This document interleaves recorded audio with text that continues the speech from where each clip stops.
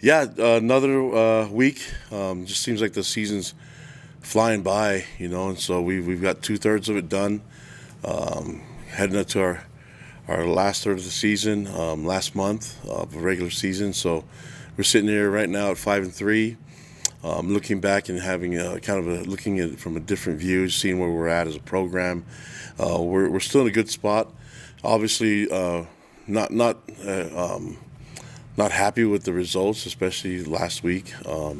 But looking back at it again and being able to evaluate it and take the emotions out of it, we were in a really good spot. I think going into that game, you want to be in a position where you're still in the battle, and going into the game, being down 2 scores, being down by 15 with 9 or 10 minutes left in the game, was a good position for us to be in. Even considering some of the difficulties and the adversity we had to deal with in the game, and we are still in it. And so the disappointing part is that they made the 2 touchdowns, we didn't, and so that's what happened in the remaining 10 minutes of the game. But I like that the guys kept fighting to the very end. We keep building off of that. Really good team in Texas, and I mentioned that before with Sark and that program, and just trying to learn lessons from that and trying to get better to this week. And now going to this week against West Virginia on the road, back east, a different time zone. So it's going to be a long. I think this is the furthest we've traveled. So looking forward to that matchup. I think Neil does a great job coaching his guys, and you can see his background is on the offensive side, and so they're very explosive offensively. They could do so many things to you, and I think that's his background as an offensive guru, being a coordinator at the highest level, and then also being a head coach. I think he's establishing their identity on the field, and you can see that they can punish you in so many different ways. Really balanced team, but they have a quarterback they have a bunch of quarterbacks, but they have a quarterback that can throw the ball, can run. Tough O-line, tough receivers. They average around 200 yards receiving and 200 yards rushing. So the receivers can turn a quick throw into a big gain. Tons of talent there, and big O-line that can pass pro and run block. And so you combine that with a big running back.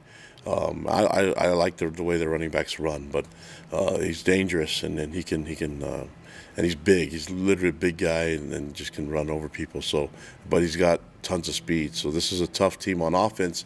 And then you took a look at the defensive side. They're tough too. They're playing some really good football. Watching them on film, they take advantage of assignment sound football.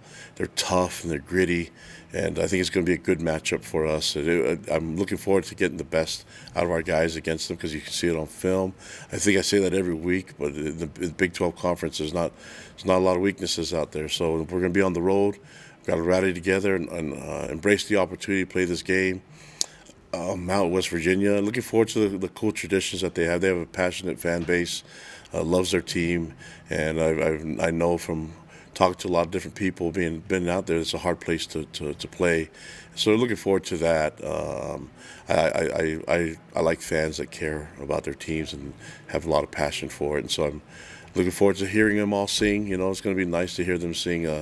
Was it Country Roads, Take Me Home? That's a cool song, and I think there's a lot of really cool things about college football, and I'm glad that we get to go be in that environment and to compete against West Virginia. Looking forward to the matchup. We have a lot of work to get done this week, but I feel like we've got to find a way to perform at our best and give us a chance to come away with a victory, put ourselves in a better position than we were against Texas. But knowing that if we can kind of be in that, hopefully we can finish the game and find ways to have it work out on our side. So, any questions you guys have? Thanks, Coach. We'll start with Mitch Harper and then Jared Lloyd. Kalani, closing the book on Texas, how do you feel like the offensive line issues can be fixed moving forward?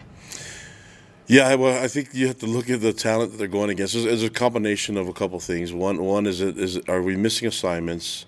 Are we lacking technique? And those are kind of the combo. And then the one is the competition that you're going against. A really good D line, and that's pretty much the the issue this entire season. We've had gone against some really good D line. Texas, especially in the interior D line, very dominant. But we had some good spots where if we're in the right place and we're executing the right technique, we can actually get some blocks done and let our running backs find some way to get some yards. And so I think we're going to have to establish some kind of positive yards, and that's on first and second down. We have to do that so we can get a manageable third down. And we've been really good in our fourth down and short, and I think we can be better at third down and short if we can get to short. That's going to be the key. Let's make it more manageable, because if we do that, then I think we can be in a really good place. That's evaluating the O-line. That's how we see it.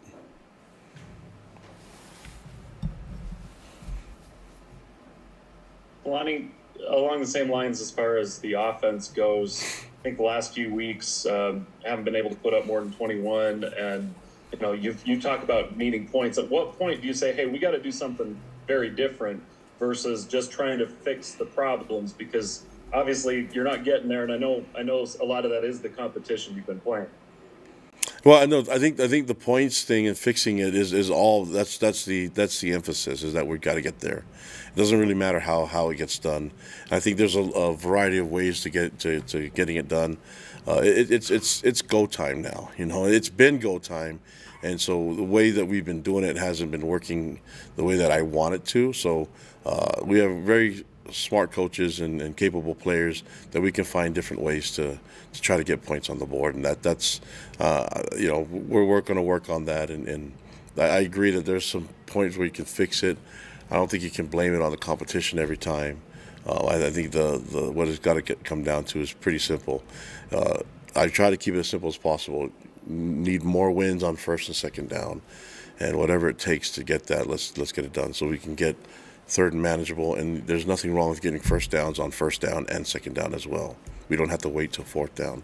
In fact, I think that thinking back on the game, just bringing it up, that the timeout, the back-to-back timeout issue wasn't. I said that was my train of thought was, I don't know if I explained it well enough, was that in that situation we're down 21-3 is the answer to, we just went through this long drive of grinding some clock out.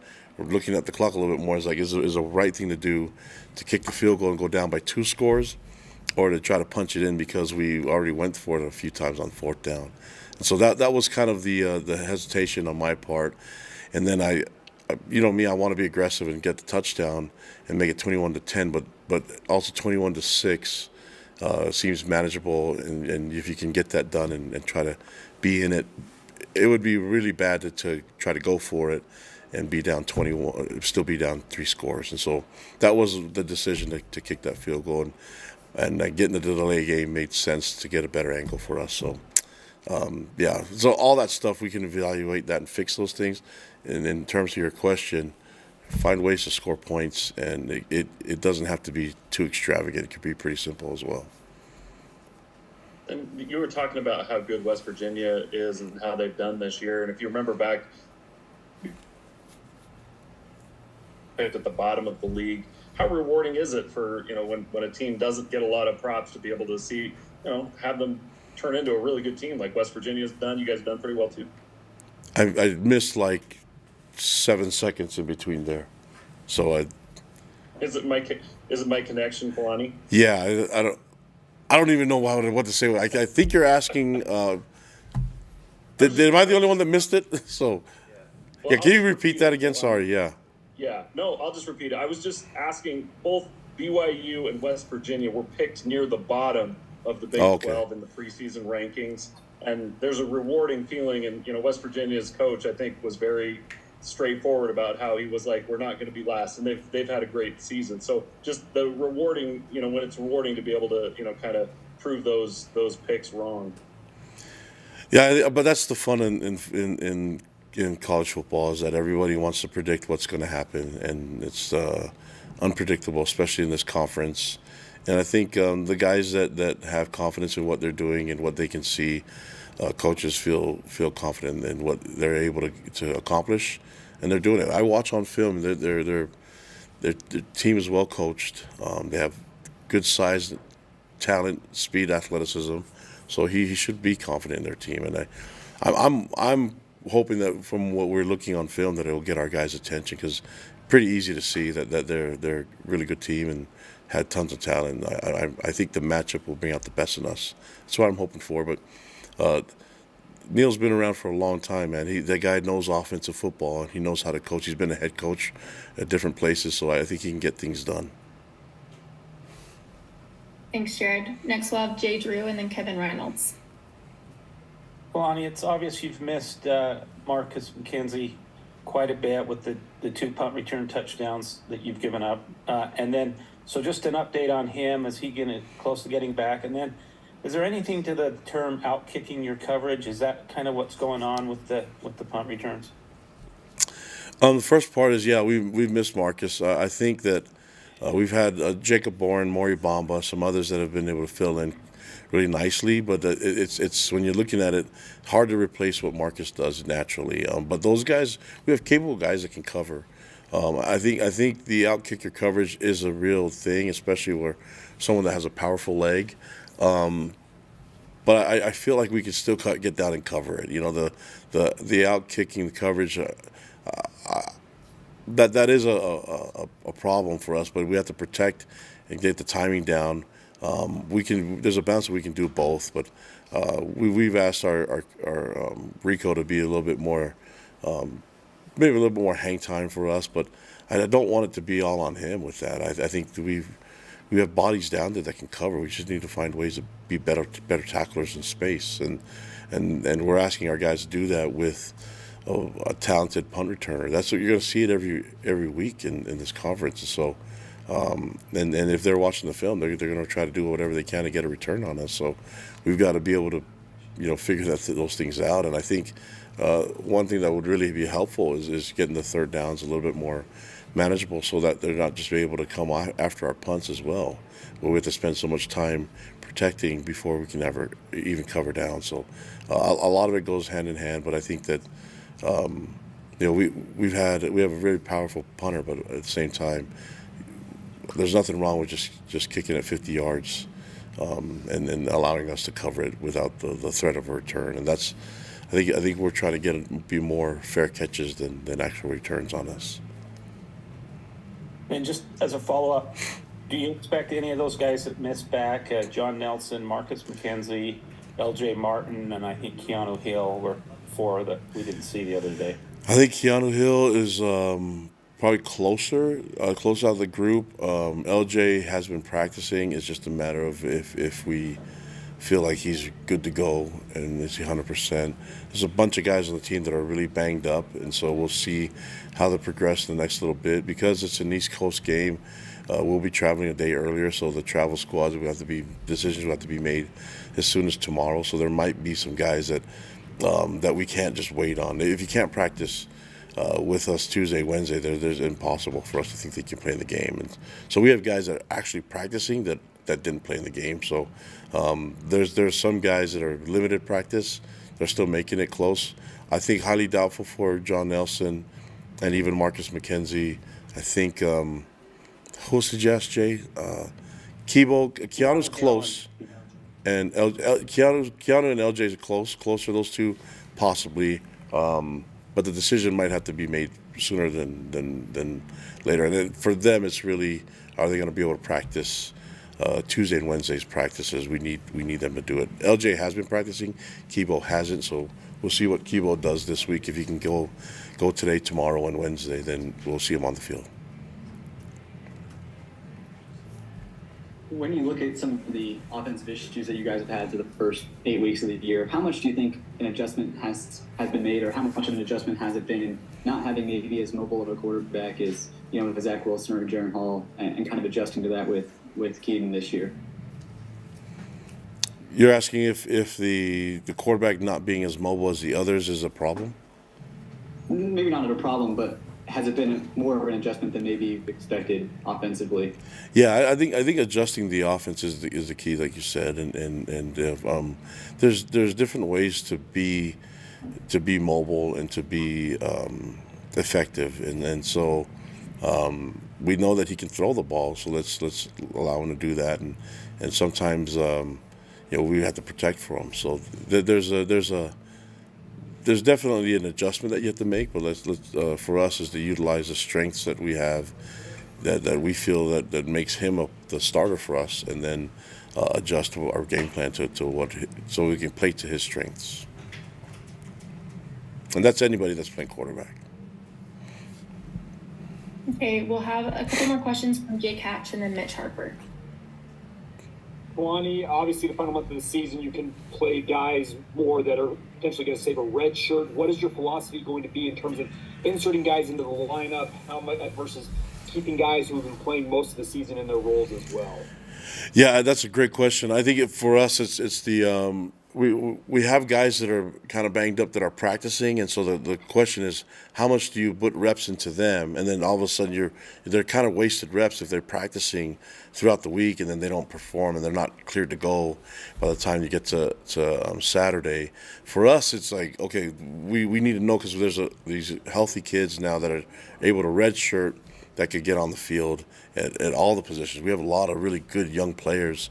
And so I think this makes it a lot easier now that we can redshirt guys, and our understanding is you can redshirt, play them 4 games and even the bowl game, and so that now we have to use that. Now that that's opened up the option, we have to look at our depth there. And the good thing about the guys that are on redshirt mode is that they've been training like crazy throughout the whole season. They've been lifting every day. They've been running. They've been they haven't been saving. They because they not going to perform on game day. We've been able to really put more time into their development to get them where they're at. So they've made big time progress in their development to get them ready. So I think there's a lot of those guys that are ready to play. That's a good question, and we're going to factor that into our health and into the reps that we put into our guys, and then you might see some change in the depth chart. I don't know if we're going to really apply it right now, but there'll probably be definitely more bodies on the field for us playing this last remaining part of the season. And how much can Keaton Slovis, having played West Virginia last year, who was at Pitt, help you guys in terms of preparation, knowing personnel and the like? Yeah, I mean, I think more than anything, it's just go. We've got to focus on what we got to do first, and we're going to scout the opponents. That's important, but I think there's things that we need to do within ourselves and in our system that we can control more than have to worry about everything else. I want our guys to go embrace the environment. I mean, their fans love their team, so it's going to be a difficult place to play, but there's going to be cool things there there's nothing wrong with going on the field and embracing the opportunity to be in a place that's going to be difficult to win, that a lot of teams don't do well there. So I think it's a good chance for us to focus on what we can accomplish, but at the same time embrace the opportunity and then maybe find ways that we can perform at our best, knowing the situation that we're going into. Kalani, what's the kind of cliff notes on West Virginia's defense? Are they similar to anyone that you've already faced inside the conference? Well, they can do a variety of things. The one thing I can tell you is that they're physical. And so you could tell that their team's used to contact. They like being aggressive, and so when they go against each other, I'm pretty sure they have some really cool battles. But they're a physical team, well coached. They're disciplined. They do a lot of things that are different, but also there's some carryover. College football is not like one team is doing anything different. Defensively, it's not like one team is like the triple option of college football. It's pretty much similar, but what I can tell you is that they are tough guys, man, and I'm looking forward to the matchup because I respect what they do. I think they utilize their talent really, really well. And I can tell that their coaches know what they're doing. That's going to be really cool. Tons of respect for them and their program, and I'm hoping it can help our team take that next step into becoming their best. Saw pictures from Jake Eichhorn's baptism. In your coaching career, have you ever experienced something like that with a player? And your thoughts on the amount of support it seemed like he had at that yesterday? Yeah, I love coaching these guys, and they're great young men. I love being around them. They love each other, and they're there for each other. These relationships that they're forming with each other is going to be lifelong, and so when you have that type of connection, the guys really take care of each other. And so when they see, it doesn't matter what it is, we've had a lot of players that have had some great celebrations and great transitions, whether it's weddings or decisions to go on missions or coming home from missions. It's a lot to celebrate, even in times of the weekend that you lose a game. I love coaching guys that embrace who they are, what they represent, and know that they're there for each other. And I think it's a beautiful sight to see it. For me, I love being part of this culture. This is a culture that is driven by people taking care of each other and loving each other. And we're happy to play some really good football too. We're close to getting there. We want to get there, but I think I don't have to worry about is I worry about the stuff on the football field and what we can get done there, the stuff that they have, the connection that they have with each other. That's because they're wonderful young men from great families, and they've been raised the right way, and I love coaching them. Hey, Coach, we just have one last question for you from Jake. Yeah, real quick, Kalani. Traditionally, when you guys have gone to the East Coast to play games, have been day games on the East Coast. This is going to be a night game, so bringing you guys home around roughly 2 a.m., 3 a.m. local time when you get back. How does that affect you guys both in terms of preparation for the following week, etc.? Well, I've always heard about how we're not good in day games. Now we got a night game, and now you guys don't want to talk about that anymore? So, what time you say we're going to get back? Just rough. I did the rough math, 2 or 3 a.m. Mountain Time. Yeah, that's right up our alley, man. Here we go. So it's time to go and embrace the night. So I'm excited about the game. Listen, I know I didn't think this game was way different than the TCU game, where I thought we came out flat, and we made some adjustment to our schedule. The players have been really deliberate on some of the things that they've done to prep for this game. The game that we're at, we lost 3 games this year. They happen to be on the road. Tough to play on the road in this conference. We didn't perform at our best against the team that was in the national championship last year. And then the other 2 teams that we lost to, one's ranked in the top 25 and the other one's ranked the top 10. So that's the reality of it all. Whether it was in high noon or in the middle of the night or 3 in the morning, I don't know if that has any bearing on it. We're adjusting our schedule to make sure that there's nothing that's going to be to blame for it. We're trying to find different ways to do that. All of us as a staff and as a team, and I was proud of the way the guys played. Did it go our way? No, but we fought and we had a chance, and the chances might have been slim, but we had an opportunity where we had the ball and we're down 15 points. We've been able to accomplish that and get back and win those games. We weren't able to do it because Texas took care of their business, and so we don't want to be in that position where we have to fight to the bitter end all the time. But I love the fact that we know we can count on our guys doing that. I'm proud that we have great leaders on the team that don't lose faith and belief in each other. It's proof in how we're playing. Now, let's go get it, and let's find ways to perform at our best. But at the same time, we have a lot of really cool things to praise in our team and our life. There's a lot of good things that happen in that game that we can be really, really proud of, And in order for me to do well as a coach, I think it's important that we fix the problems, the issues that we can improve on. But man, we have to praise some of the cool things and the good things that are going on, whether it's on the football field or off the field, and guys being baptized and guys that are getting engaged, stuff like that. That's the life of being a BYU football player. And like I said before, I love being the head coach here. I love being around these young men, their families, and they've all made me a better person, so I can't complain. You buy into the Vampire Cougar people have been singing out there? If it gets me candy, I'll do whatever I can. Thanks, guys. Happy Halloween, and have fun with everything. Love you guys. Go Cougs. Have a good week. All right, guys. Next up, we've got Aiden Robbins. So if you have questions for Aiden, you can go ahead and start raising your hands. So, do it again, yeah? Yes, sir. Every week.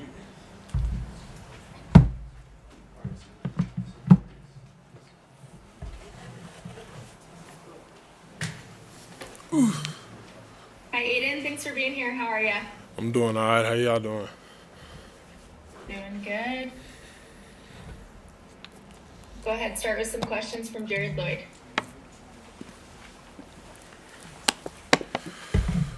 We were just talking to Kalani about how the offense wants to get 4 points, and I know that's kind of talking about something basic. Every time you guys get the ball, we know you want to score. What needs to change, though? Because last couple of weeks, you guys haven't quite been as crisp as I know you want to be. Yeah, of course. I mean, that it all starts with our preparation, just showing up in the facility ready to work, doing more than what's required of us, watching extra tape, and knowing our opponent like the back of our hand, man, and then going out and practice and just executing. That way, when we get to the game, it's like second nature to us.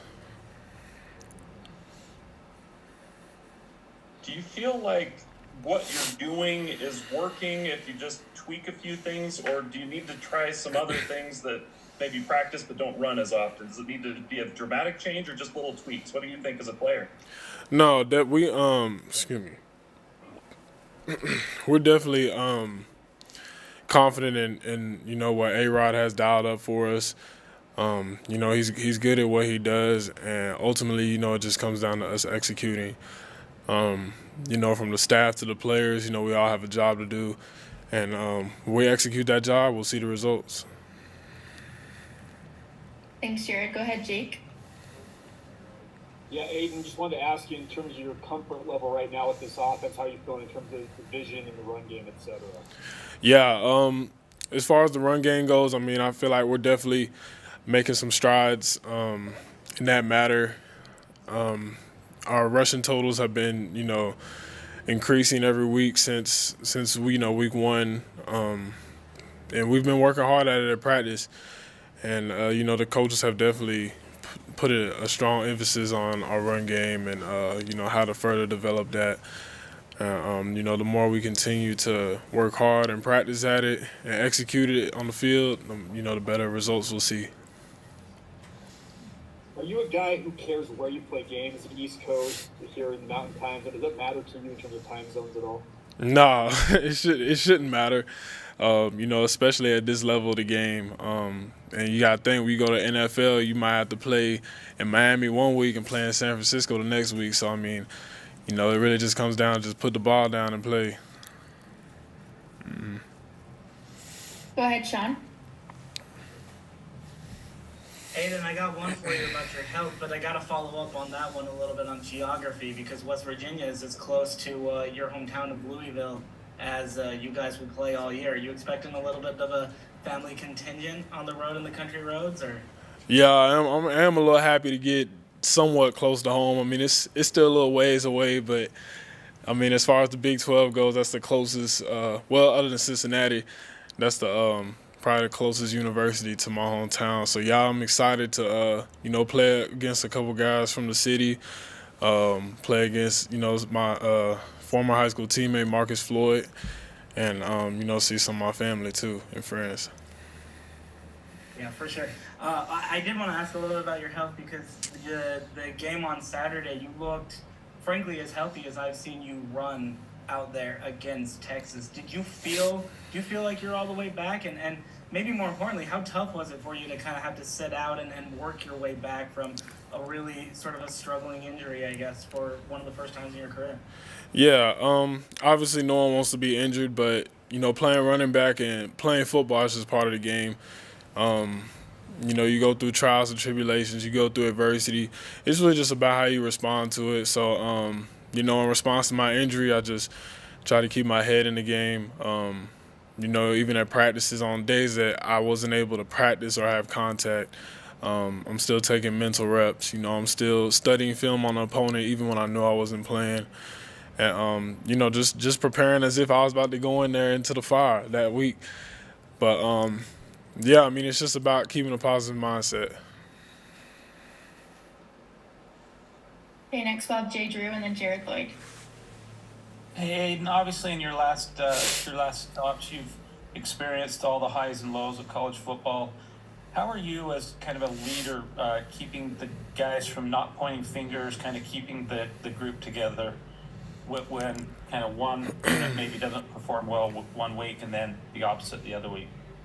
Yeah, we have a great group of leaders here at BYU, man. A lot of mature guys, and we don't have guys on offense saying that the defense isn't doing their job. We don't got guys on defense saying the offense isn't doing their job.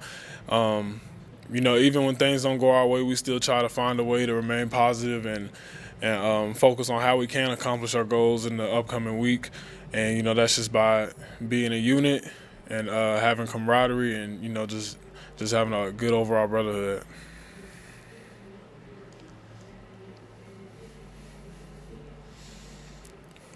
Aiden, West Virginia's coach made a big deal at a media day back in the summer about how they were picked last, I think, if I remember right, and I was like, we're not going to be last. And, they've had a good season. They've been a really good team. Does that make a difference as a player? I mean, we talk a lot about it in the media, that whole, hey, you're picked lower, you're the underdog, or, that type of thing. Does that really impact you as a player when you know that the other team's picked to be better? Or is it more just outside noise? It's a little bit of both. I mean, yeah, of course it's outside noise, and we're ultimately only worried about what's going on between these walls here at the SAB. But the second that we hear some of that outside noise, and if you think that it doesn't give us a chip on our shoulder, then you're crazy, man. So it definitely has an effect on how we play and our preparation, and we always knew we were counted out from the jump, man, and. It's nothing different to be an underdog, man. It just makes us want to work that much harder. I don't know if you've had much chance to look at West Virginia, but what have you seen, or what do you expect as you face them this week? From what I have seen, I mean, they have a pretty good defense. I mean, they fly around, pretty physical. Can't really get into the details of everything they do from a scouting point, but I do know that they're well coached on defense. They've won some close ball games. They play hard, and they don't have any quit in them. They got fight, and we're looking to have a good ball game this coming Saturday. Awesome. Thanks so much, Aiden. That's all the questions for today. All right, thank you. Have a great week. You too. Thanks. We'll have Max Tooley next, and then after him will be Camden Garrett.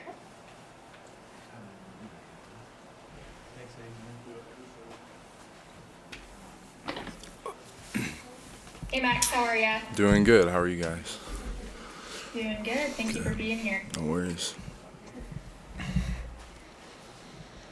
You guys have any questions for Max? Go ahead and raise your hand. Jared Lloyd. We can't keep you sitting there too long, Max. What do you feel like you learned about this team last week? Because you guys fought on defense, gave yourselves a chance. What did you take away from that Texas game? Going into that game, obviously we knew it was going to be a tough game. Texas is always going to have great athletes. They're obviously doing really well this year, had a lot of success, highly ranked team. So we knew it was going to be a bloodbath, but we knew it was going to be a fight to the end. Just whoever's the more physical team is going to win that game, and I feel like especially on defense, we tried to come out with that mindset. No matter what college team you're lining up against, they're always going to have great players, big O linemen, great running backs, and I feel like we did everything in our power, to do what we could to stop them. Obviously, certain things in the game didn't go our way, bad field position, some special teams errors and whatnot. But that's kind of what you learn is if you don't perform as a full team, all three parts of the team, offense, defense, and special teams, it's very hard to go out, especially on the road against a top 10 ranked team and win that game. So. You touched on this, Max, but road games, the last three haven't gone your way. Obviously tough in this league to play on the road, but you got another challenge this week. What needs to change that outcome? Yeah, I mean, obviously we have, like I said, all three sides of the ball. We all need to pick it up, do better. Defensively, we had a lot of missed assignments. Some big plays they got on us. Special teams, obviously, the starting field position was a big factor in that game. But yeah, we're just gonna take it, as another challenge. Going up to West Virginia, we know it's gonna be a great atmosphere, great environment for us. We just need to really thrive off that. Texas, in terms of away atmosphere, I've experienced a lot crazier stadiums, a lot louder, a lot more hostile student sections. So I feel like in terms of the setting, I feel like we just need to come in and play our game, regardless of who we're playing or where we're at. So. Thanks, Jared. Next we'll have Sean and then Mitch Harper. Max, that kind of blends into a little bit what I wanted to ask you about, because I don't know if you subscribe much to the vampire coots theory that's floating around social media and Reddit and everywhere. You've probably seen it or laughed about it or whatnot. I've seen it. I've seen it for sure. It's silly overall, but it is kind of interesting that you guys are going to West Virginia this week, and you're kicking off at 7 o'clock local time. Like, you're not necessarily... That's not necessarily something that happens with you guys. Usually you go to the East Coast and you move a little bit earlier, right? Are you excited to experience a night game on the East Coast in a place like Morgantown? Yeah, I mean, touching on that vampire theory first, I personally don't buy into all that. When it comes down to it, both teams got to start the game at the same time. They both got to, get up and prepare that morning and whatnot. So I feel like it's fair grounds on both sides of the ball. So you can't really use that as an excuse. But yeah, I mean, I'm looking forward to going up to West Virginia, going out there and playing a little night game a little later in the day. It's definitely been our bread and butter in the past. We've done really well at night. So hopefully, we can just keep it going into this game.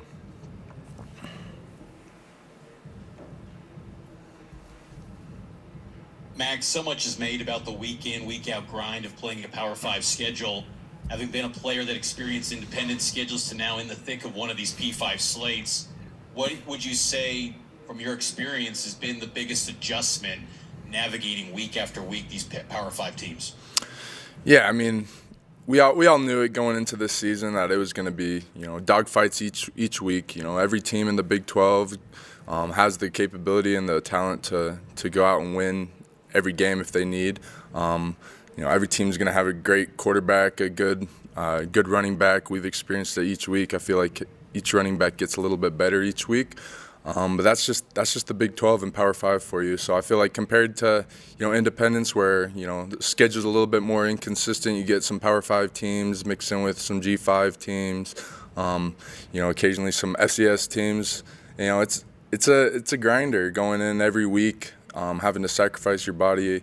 The last couple of weeks has been 80 plays on defense. It's a lot on your body, but. I think, we're just trusting the process ultimately, trying to get our legs back throughout the week, practicing hard still, and, just giving our all on game day. How excited, though, are you for the feel of this November compared to years past where there's still so much on the line and the type of teams that you're going to face down this home stretch? Oh, yeah. I mean, this November schedule is going to be a fun time. We got a lot of top Big 12 ranked teams. Oklahoma is obviously top 15, top 25, so they're doing really great. It's gonna be a brutal schedule, but us being who we are, we love that. We love to attack the challenge, and we love to prove people wrong. So I feel like it's all set up for us to go out and finish the season as strong as we can. Okay, we'll have a couple more questions from Jay Drew and then Jake Hatch. Hey, Max, you're kind of getting towards the end of your career. What is the most hostile place you've played in, and maybe what's the craziest PG-13 rated thing you've heard? I mean, I don't know, dude. There's so many different places I can think of. Georgia Southern a couple years ago was pretty hostile. I was sitting on the bench because I got ejected in the first half, so I was hearing a lot of that in my street clothes. But honestly, I'd probably say Utah State was probably the most hostile when it comes down to it. Their student section, obviously, it's a big time rivalry for them. They're right behind us. They're in our ear at every defensive break. You couldn't really hear anything going on. So, it was pretty personal up there. So I'd say that's probably honestly the most hostile. But in terms of like crazy environment, I think it's still got to be Tennessee. Going into Texas, I thought this game would be somewhat comparable, but Tennessee was a different animal in terms of crowd and just passion in the fans. So. Max, we've seen Siale Sarah take a step up here and play a lot more reps the last 2 weeks. Want to get your evaluation of him as a guy who's been around the program for quite a while and been being a freshman. No, yeah, I mean Siale's. I've seen him come in. He's been in here since the beginning of this year. when you're still in high school. And I've seen him try to take in all the information that he can. He's changed his body a lot. He's done a lot of stuff on and off the field to get to where he's at. And it's good to see him coming in and making an impact, making plays when obviously we have a little hole at linebacker with Ben being out the last couple of weeks. So yeah, him and Harrison both have come in and done what they needed to do to replace Ben, and they're doing their best. They're only going to get better from here for sure. You guys have faced a lot of really good running backs in this Big 12 schedule, and C.J. Donaldson and the rest of the guys at West Virginia add to that. What do you make of their offense in West Virginia? No, yeah, I mean, from the evaluation I've done so far, yeah, they got a quarterback who makes good decisions, doesn't throw a lot of picks. He's versatile, can run the ball. I think he's like their second leading rusher. So, I mean, yeah, we love attacking that challenge. Every team, like I said in the past, is going to have one of those running backs, some big athletic receivers, a good offensive line. So yeah, it's just a matter of taking those challenges, taking them, and taking away the threats that they have. That was a big emphasis going into the Texas game. They had a couple playmakers, and we wanted to shut them down. So it's just going to be the same thing going forward. Awesome. Thanks, Max. That's all the questions for today. Thank you. Good luck this weekend. Appreciate it.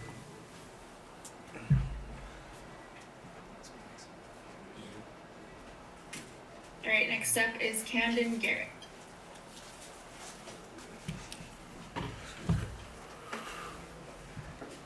Hi, Camden. How are ya? I'm good. How are you? Doing good, thank you. We'll go ahead and start with the questions from Jared Lloyd. Camden, as a defensive back, you guys have, been able to force some, a lot of turnovers and get some interceptions the last few games. What's that been like, and what's been the key to making that happen, being successful on the back end? I mean, just being locked in on our assignments, and just trying to execute the play that's called. I mean, we practice it. We have a turnover circuit every week, so I mean, we just continue to work it, and when the opportunity presents itself, we try our best to make the play. Max touched on this when we were talking to him just now, Camden, but you guys have played a lot of plays in the last couple of games defensively. How much of difference would it make if the offense is able to get this week, able to put together maybe a few more drives and give you guys a little bit more of a break on the sideline? I mean, for us, a lot of plays is just, I mean, that's the name of the game. That's what you signed up for, whether we play 50 plays, 80 plays, 100 plays, 120 plays. Our job is to go out there and prevent them from not putting up points. So, I mean, that's our mindset as a defense. We know our offense is great. We know what they can do. We practice with them every day. So, I mean, our job is to focus on we need zeros on the scoreboard. So if they don't score, they don't win. That's our mindset. Okay, we'll go Mitch Harper and then Sean Walker. Camden, what do you attribute the success that you've had making the transition from FCS to Power 5, and is that narrative a little bit overblown? I mean, I tip my hat to Coach Hill.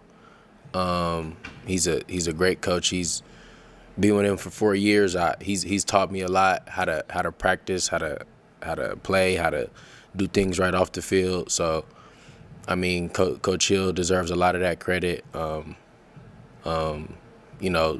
Ed, I give some credit to Ed, but I think just trying to stay the course and be consistent with myself and how I do things, and I just think it's football at the end of the day, right? So whether it be FCS, Power 5, I think being consistent and trying to make sure you're doing what you need to do to be able to,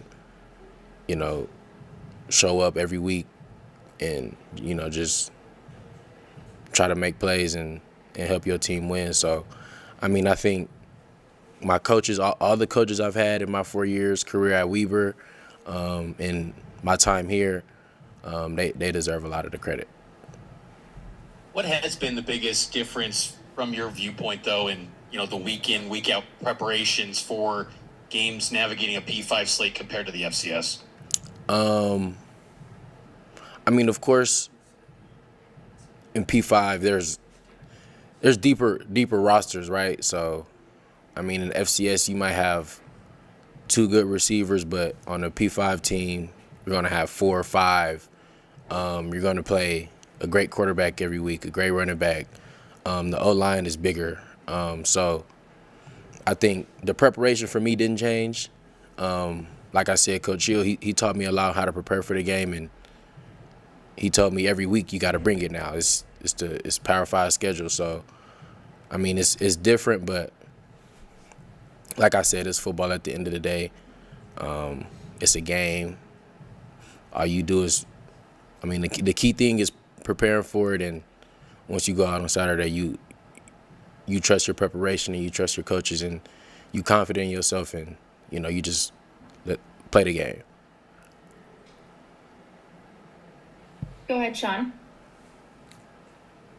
Yeah, Cam, in terms of preparation and maybe kind of building on that a little bit, you guys are about to face your longest road trip of the year. I think it's the only one to the true East Coast, I'll call it, in Morgantown in West Virginia. You've made a lot of road trips in your college football career, though. What's kind of what's the big sort of difference? What's the key thing to preparing for a trip like Provo to Morgantown, I guess? Like a really long, really extended road trip, I guess. Yeah, I mean, it is a long trip. I mean, me personally, I've never been to West Virginia, so I don't even know how long the flight is or whatever the case may be. I don't even know the time change, to be honest. But, I mean, for me, and for us, it's just our coaches tell us the hay's never in the barn. So when you on the plane, you could continue to watch film. On the road, when you're on the bus, continue to watch film. Study, getting your notes, the playbook, just making sure everything, you dot your I's and cross your T's with everything. So, I mean, for a long road trip like this, it's just extra time for us to, like I said, watch film, go over personnel, what they like to do and stuff like that.